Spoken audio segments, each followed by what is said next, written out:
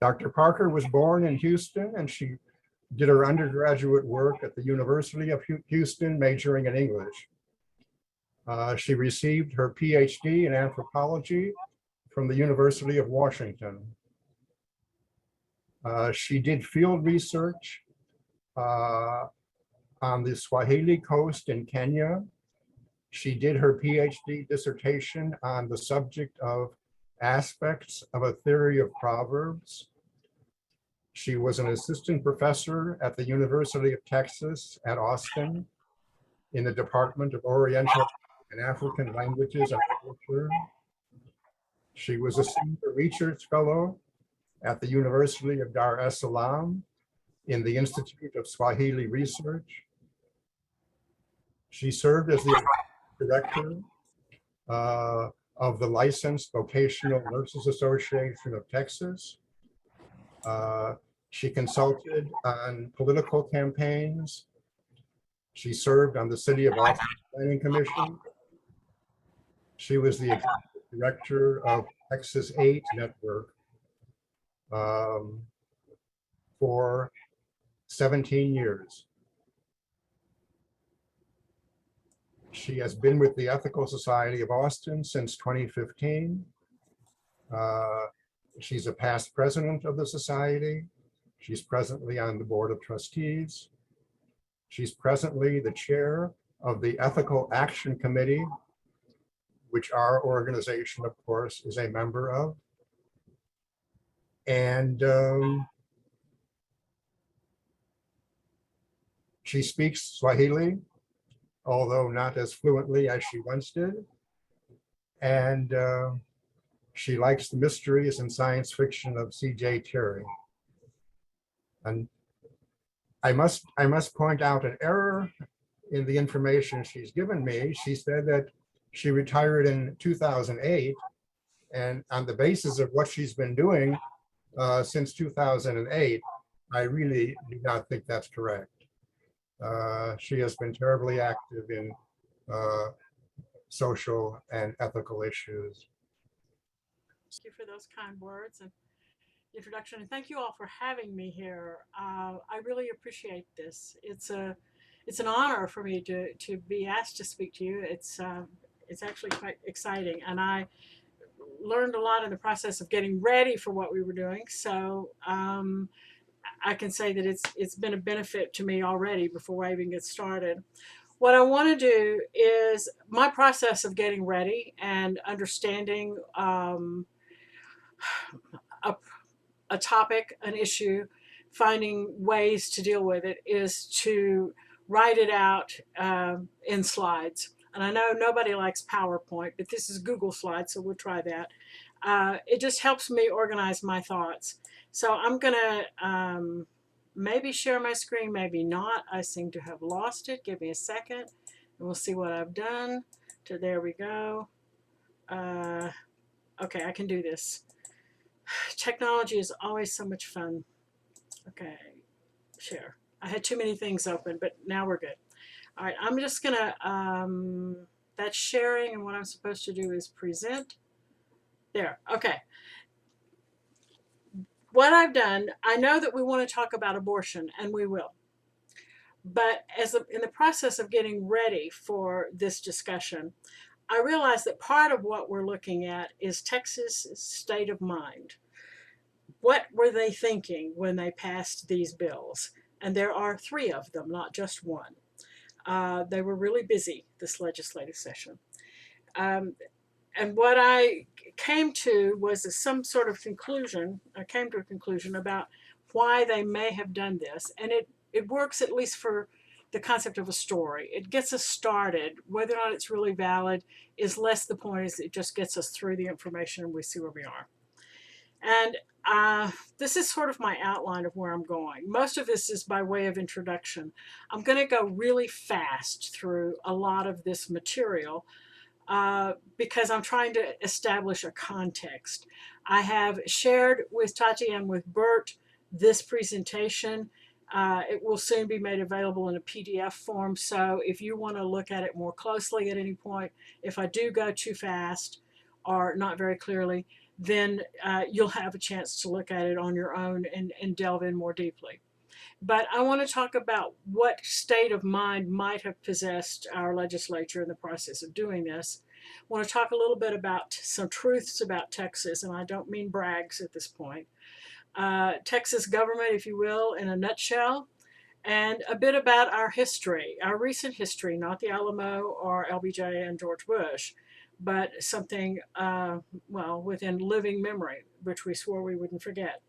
Talk some more about the context of what went on with our Texas legislature and what's the big deal about what they did. What is really the issue that's here and what can we do about it? I know that we have about 90 minutes. I'm going to try to talk for about 30 and give the rest of the time for you all for discussion and consideration.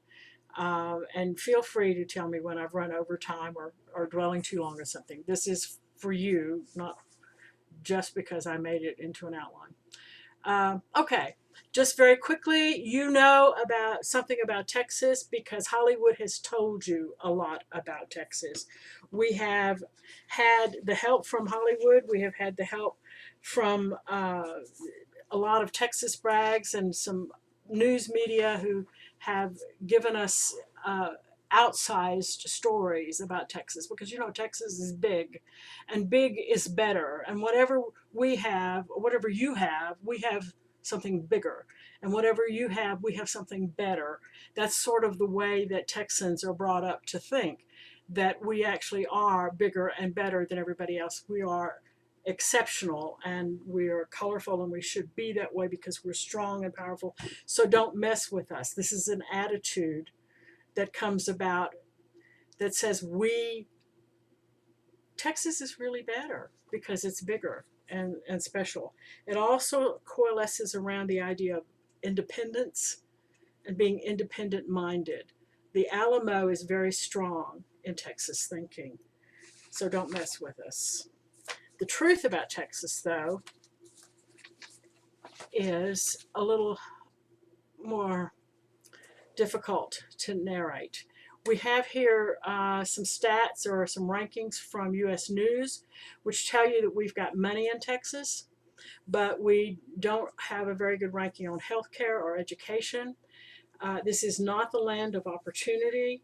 We have more prisons than you can shake a stick at, and we are damaging the environment on at a remarkable pace. You can see from space how we are damaging the environment here. We have a very high and dangerous maternal mortality rate. Our education is underfunded. You can see the health statistics and read about us in the newspapers about our governor saying no masks in Texas schools, and so we're having a huge surge of COVID right now, but it may finally have peaked. We'll see. If you want to check more closely, you can go to Texas Poor People's Campaign to see their fact sheet about the social issues, the social statistics that tell you more about that Texas is maybe bigger, but it's not necessarily better. Our government, our state is red. There are some blue spots in Houston, San Antonio, and even Dallas, which is maybe purple, but that's largely a rural state and Republican all the way.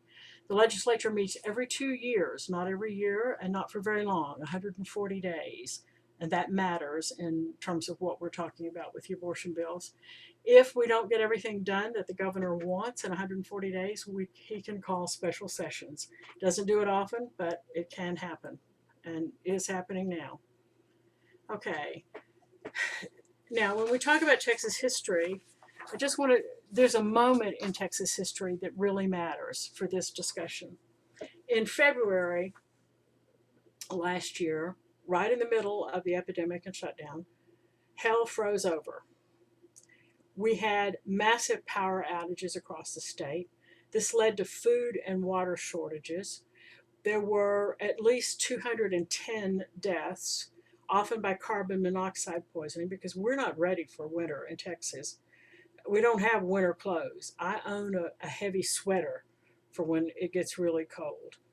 But this weather that hit is probably, a chilly spring day for upper New York. For Texas, it was a disaster. with property damage in the billions. And our senator fled.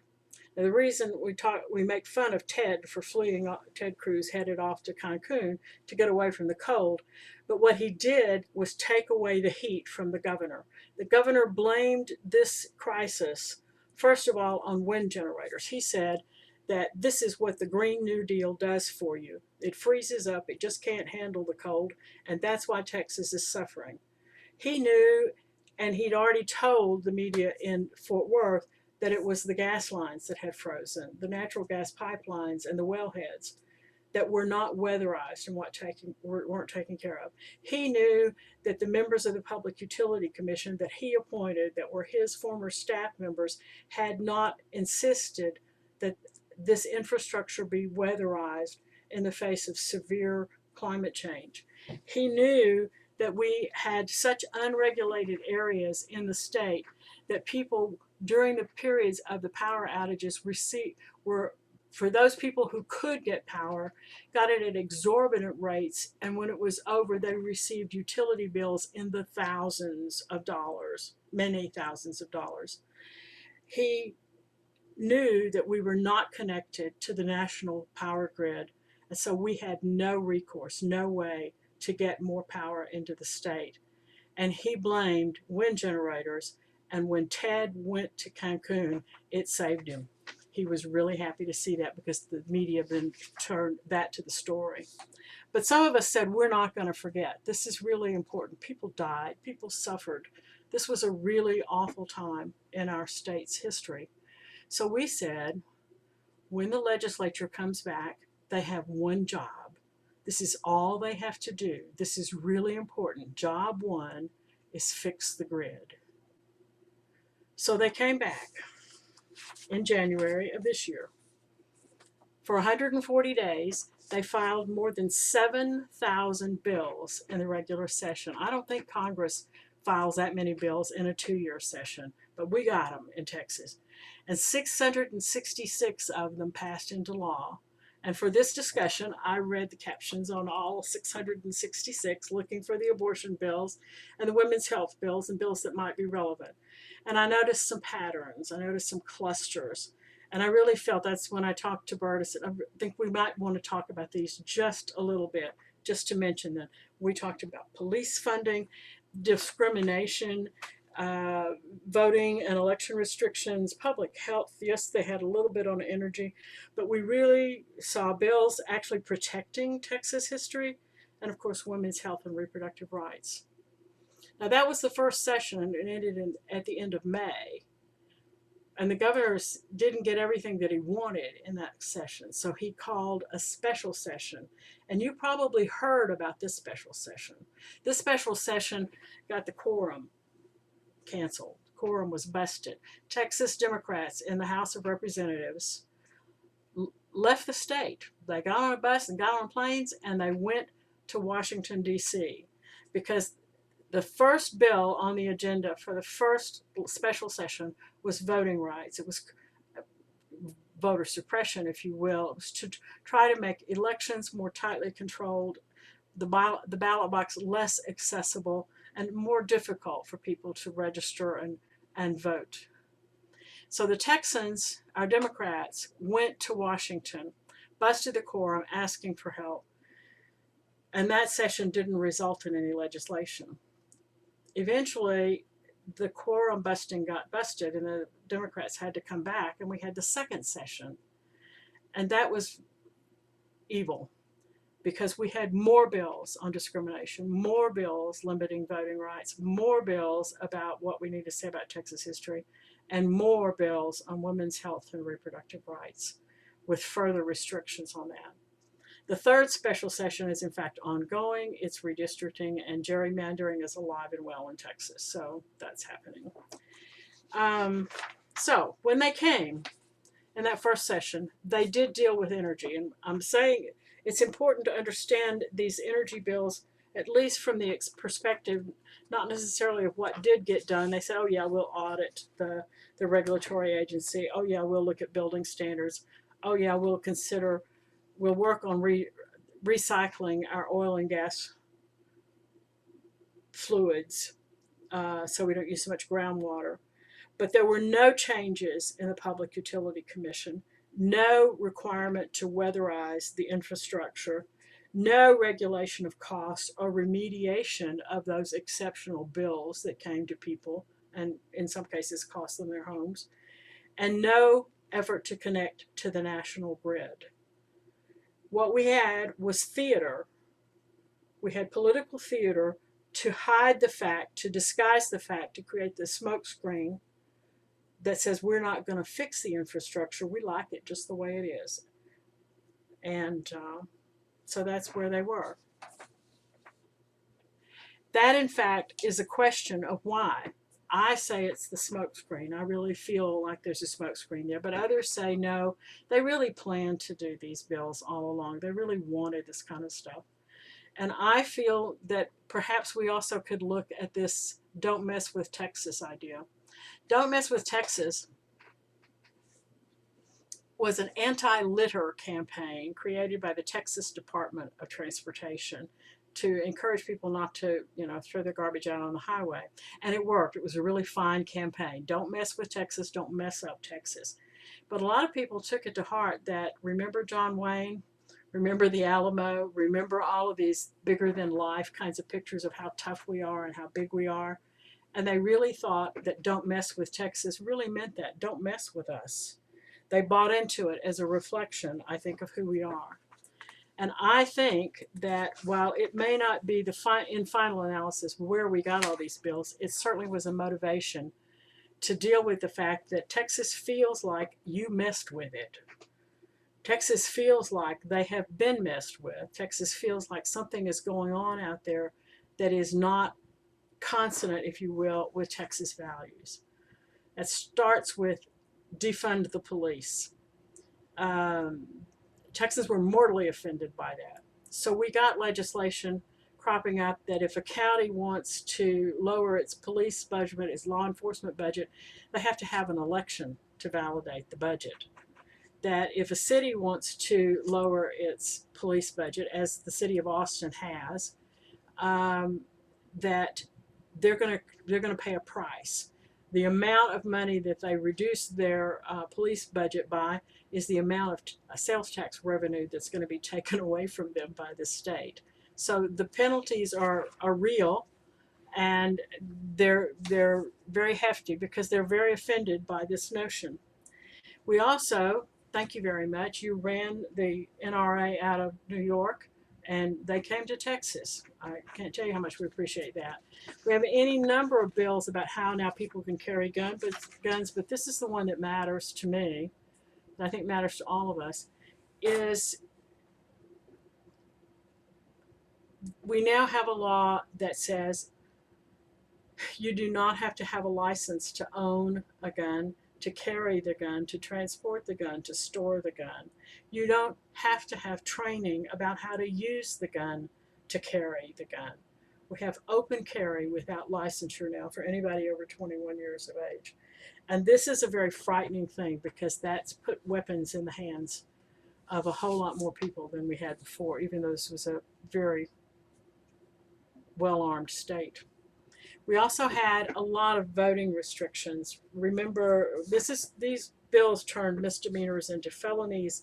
They increased the instructions on absentee ballots. The Texas Legislature seemed to be really upset about the whole thing of mail-in ballots. Too many people voting by mail without what they consider really good reasons. Adding ID requirements to mail-in ballots and making a very complicated format. And as someone who voted with an absentee ballot in the last presidential election, I can tell you it was already alarming and complicated to me at that point. And they've added even more that I think is going to make it harder for people to vote. But this one is one that matters. This is the Quorum Buster. This, in the second special session that was called, the one that I say is a horror story, SB 1. The higher or the smaller the number, the more important a piece of legislation is.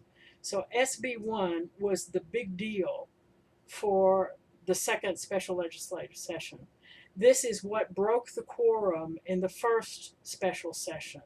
And these are the Texas Democrats in Washington, D.C., looking for help. They went there to get relief because they were outnumbered and outmaneuvered, and they needed Congress to act to protect the right to vote and to have help in holding fair elections. And they weren't going to be able to do it on their own in Texas. And when they got no action out of Congress, they had to come back. And this session was brutal. I'll keep mentioning the second session of the things that came out of that. It adds poll watchers. It has limitations on the hours of voting. You can't vote from a car, and the laundry list of restrictions that narrows our opportunities to vote in Texas, which already was a tough state for voting, makes it even harder. A couple more things. COVID-19 seriously messed with Texas, and they were seriously unhappy with the whole idea that some people, that grandma would be in the hospital dying and they couldn't get in there because and see her because we didn't have vaccines, we didn't have ways of protecting even we didn't have ways of protecting ourselves in that situation. So they changed the laws to say that yes, you can, even in the middle of a disaster, in the middle of an epidemic, we're going to have hospital visitation. They didn't like the shutdown, so they made changes on that. They didn't like the masks. Now, the governor tried to get them to pass a bill to ban masks in the schools, and he didn't get that, so he issued an executive order. And so we have a lot more cases in our school children right now because of that. But the frightening thing that I found in all of these was 967, which had to do with bringing political influence onto public health decisions. If the public health authority issues a declaration regarding an emergency, a disaster, if you will, it has an expiration date of 8 days. And after 8 days, the local political authority, whether it's the municipal authority or the county court is what we call it, the local political authority has to vote to decide whether to extend that. It's not based on medicine. It's not based on science. It's whether or not it's good for business, I guess, anyway. And just to tell you, seriously, it did mess with. That's how I got my vaccination. So they continued on with various bills on this. One more thing. No, there's 2 or 3 more things. Sorry, I'm going as fast as I can. We talked about discrimination. Texas was offended and concerned about attitudes toward the national anthem because it's a reflection of Texas values that we have a national anthem apparently before professional games. And at some point, one of our Texas teams, the owners decided, well, this is controversial enough. Maybe we won't have the national anthem. So now Texas has a law that you will, or you will not be able to use publicly funded stadiums. So this is pushing a set of values in there. And I would say that this is a point of which legislation becomes performance, that we have political performance going on with some of these bills in order to impress a particular set of voters, in order to express, well, actually it's smoke screen, isn't it? Okay, so there we are. Finally, because we're almost there to abortion, I really am going fast. There's a great deal of concern about protecting Texas history. You had the 1619 Project. We're going to have the Texas 1836 Project. That's the year that we got independence from Mexico. That's the year that the Alamo fell. And so there's a lot of effort. And here comes the second special session, SB 3. This is an important bill, which actually overturned HB 3979, which was just passed in the regular session, but it wasn't strong enough, and it didn't say enough about critical race theory. And so they overturned 3979. They called out specifically and said you won't be teaching critical race theory. They don't want anybody to feel bad about who they are, and nobody has to talk about urgent critical issues that are going on in the country. Finally, we get to it. In the context of all of that, don't mess with Texas, we come to women's health and reproductive rights. And was correct in saying that there were gender issues, there were lots of broader health issues to be considered in the context of looking at this legislation. We actually did have a bill passed to say that is prohibiting, it's very short and sweet, prohibiting sexual harassment in the workplace. Because for years the law in Texas was if you had 15 or more employees, sexual harassment was forbidden. But we weren't going to enforce it if you had fewer than 15 employees. Now, finally, in the 21st century, in 2021, we say no business will allow sexual harassment in the workplace. Also, remember I said we had a problem with maternal mortality. 56% of the births in Texas are paid for by Medicaid. We do not have Medicaid expansion. These are people who are really poor, who really can't get health care any other way. And their pregnancies have been covered by Medicaid. One of the things that has been found historically is that we had actually a high rate of death for these women. So Texas did a study. They actually did some research. They got some evidence to talk about what might help this. And the recommendation that came out of 2 or 3 years of study on maternal mortality was that we need to extend Medicaid coverage to these mothers and their babies beyond 2 months. We need to extend it to a full 12 months. It's a simple, reasonable recommendation. The conference committee recommendation was, though, that, well, let's just do 6 months. So I guess we'll cut that mortality rate, if you will, in half. In any case, that's the context of dealing with women's health now in this situation. And what we got in Senate Bill 8 was a fetal heartbeat bill. Now, everybody knew when they proposed the fetal heartbeat bill that saying that there was a fetal heartbeat at 6 weeks was not going to fly with the courts. It's already been overturned. There is no heart at 6 weeks. There's a sort of electrical pulse there that will be where the heart will develop in a few more weeks. But right at 6 weeks, it's not there. And so the legislator who wanted to file it was told by an attorney, whose name I just forgot, I'll have to find it, that no, this is not going to fly through the courts. What you need is a way to enforce this so that the state is not responsible. It doesn't cost the state anything to enforce this, and it won't get judicial review. So filing the bill was an attempt to avoid our whole system of checks and balances, where we have legislators and we have courts and we have the executive branch, to find a way to avoid that, to short circuit that whole system, and to make enforcement the responsibility, the right, the purview. There's a misspelled word. Oh, sorry. I hate when that happens. The purview of an individual citizen. No person who is a member of government or law enforcement is going to be able to enforce Senate Bill 8. It's going to be the citizens. It's going to be your neighbor.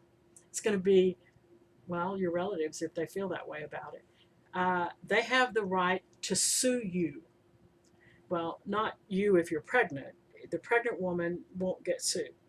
But the doctor who performs the abortion, the taxi driver who takes you to the clinic, the person who helps pay for it, the person who helps you arrange or make the appointment, the person who helps the doctor to give everybody else, aside from the mother, because the mother still has a right to an abortion.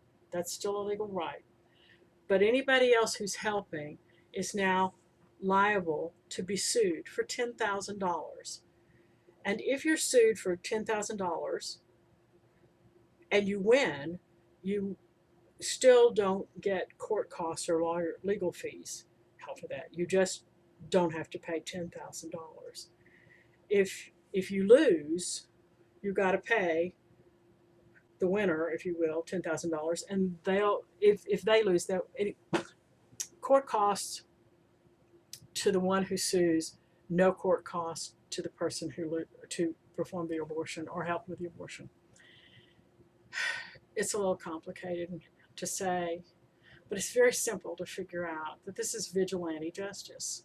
What they created was an opportunity for people to enforce the law themselves. And they've done this in a state where they just legalized unlicensed carry, which makes me a little nervous.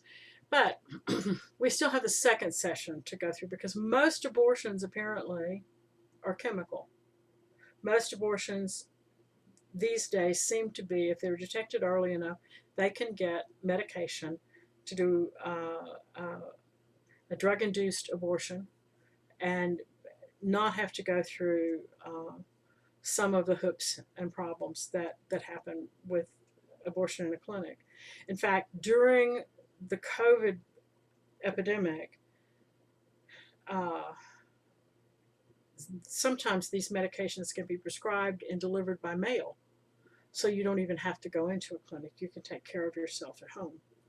Well, that's a little bit too much of a loophole. So Senate Bill 4, high number, second special session, here we go again, creates a criminal offense to provide a woman with the medications needed for an abortion. It names them extensively. It names all the procedures. It actually will create the postman is going to get in trouble for delivering them to you. So these are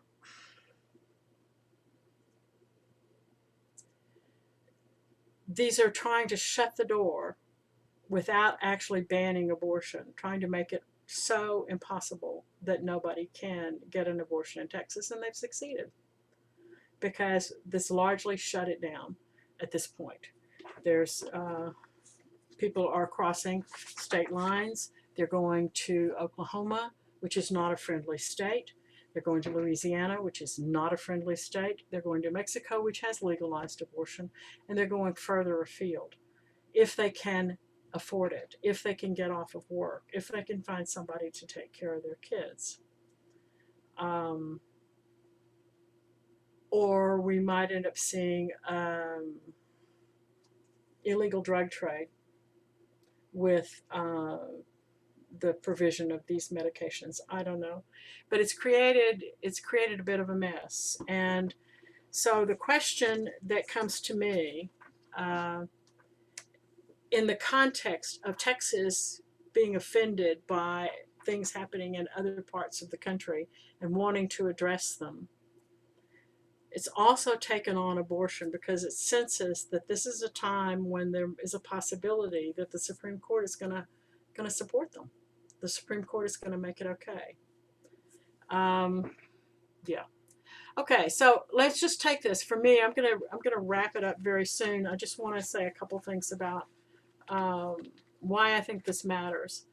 Texas has used the state to define a particular reality and to enforce behaviors that support that reality. They've gone through the mythology, the patriotism, the propaganda, if you will, brainwashing school kids, forcing business to do this. They're suppressing the options for citizen participation in democracy, and challenging the right of dissent with intimidation, I believe, with the presence of guns in there. Especially in the case of abortion, they're overriding and overturning federal laws with extra legal provisions that create anti-democratic precedents. They are challenging, I think, democracy very directly with these abortion laws. And there certainly is a little bit of hypocrisy, if you will, going on in the difference between states' rights and local control in the way that they're maneuvering in all of these. Uh-oh. What I'd like to say is that more than just the content of the bills, more than just the restrictions on abortion or restrictions on voting or restrictions on anything else, what we have is a transformation, an attack, an assault, if you will, on the foundations of our democratic society. That this is overturning how we should be relating to each other, how we should be working with each other. And I think at its roots that this is where action should be focused. The question is whether you think that. So here's what I'm going to do. I have a list of additional resources that are also here for you to look at. The question of some articles about how the vigilante enforcement goes back to the Jim Crow era. This is what they used to do to keep black people from voting. That the abortion laws have a direct relationship or a very strong relationship to voting rights themselves. That it's more than just a woman's right to choose that's at stake here. There are strong racist elements. There are strong anti-democratic elements involved in here. Just for fun, Bert's shown me this letter that Dr. Roast from the NISEC has written to my governor. And it's a delight. It's on the NISEC website, and it's definitely worth reading. So looking at those additional resources, what I've just said, the questions that are in front of us are what can we do? And I have some thoughts on that, but I think I probably should stop here because I know I've talked for over 30 minutes and give you a chance to go through the process that you have of discussion and questions. And when you're ready, we'll talk about what we can do.